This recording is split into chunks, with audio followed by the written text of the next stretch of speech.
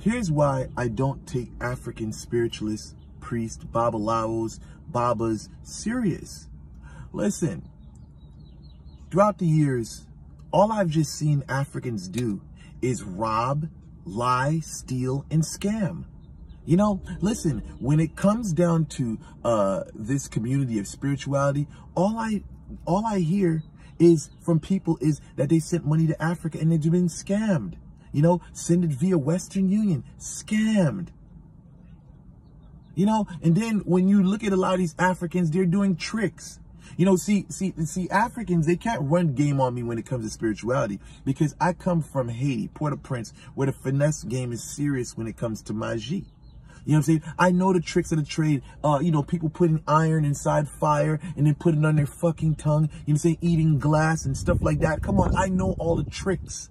There's nothing miraculous or supernatural about them.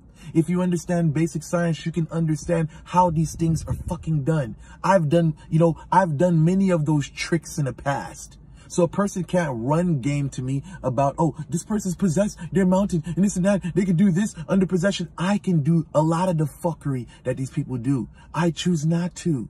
I know these games that they play. You know, and then they got strategies of how they extract money from you. Oh, you know, I got to do a ritual. Then you pay this money here. Now then you're going to call you back and say a week later, a month later and say, oh, the spirit needs another ritual to do another ritual, you know, or we need to do another ritual where the spirit has to be fed. So you have to pay more money.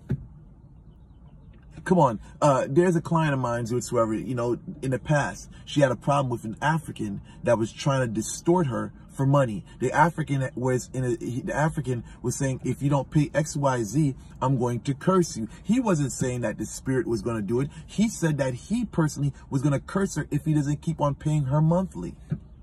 So I had to address that African and tell him, listen, you know, say, I'm in a craft too. You know, say, if you don't want nothing done to you, I suggest you leave her alone. You know, say, see, a lot of Africans, they can't run that game to me. You know, say, they can't run that game with, you know, saying a person like me, because I'm with the shits. You know, say, I know the games that a lot of these people play, and I know most of these people are not capable of dishing out what they talk about. See, a lot of Americans, a lot of people that don't know, they get, you know, because they live in a country where this is not so normal. It's not normal at all, period. You know what I'm saying? They get all caught up in the showmanship. They see a person dancing around with all his fucking feathers and all this other type of, you know, showman shit. And they get infatuated. Oh my God, they look at this, and they think that that's it. They think that that person's it. And it's until they basically start doing business with the people that they realize how shady they are. Listen, there was an African priestess, an African priestess of Ifa, that I knew from when I was 18 years old. Let me give you a story, right? When I was 18 years old, come to find out, a couple of years ago, she asked me to borrow money.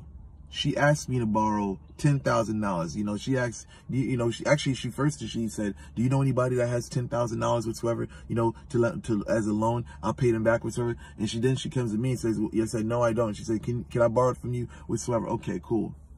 So I didn't pay the lady any attention. I didn't pay her any mind. Don't you know, about a week later, the whole strip where her business was, let me go back a little bit. I was at her shop. I was getting some supplies, right? She asked me to borrow money. $10,000. I don't live in the area. I frequently go there whatsoever, right?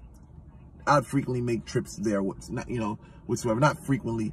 Let me correct the terminology. I would seldom go into that area purchasing. So I barely pay attention to anything.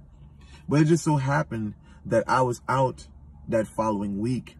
And that following week, I happened to notice that the whole strip where her shop was located was shut down. Eminent domain. Government came. The government went to basically build on that property. So therefore, she knew in advance that she was going to be moved out because the government wanted the property to build on.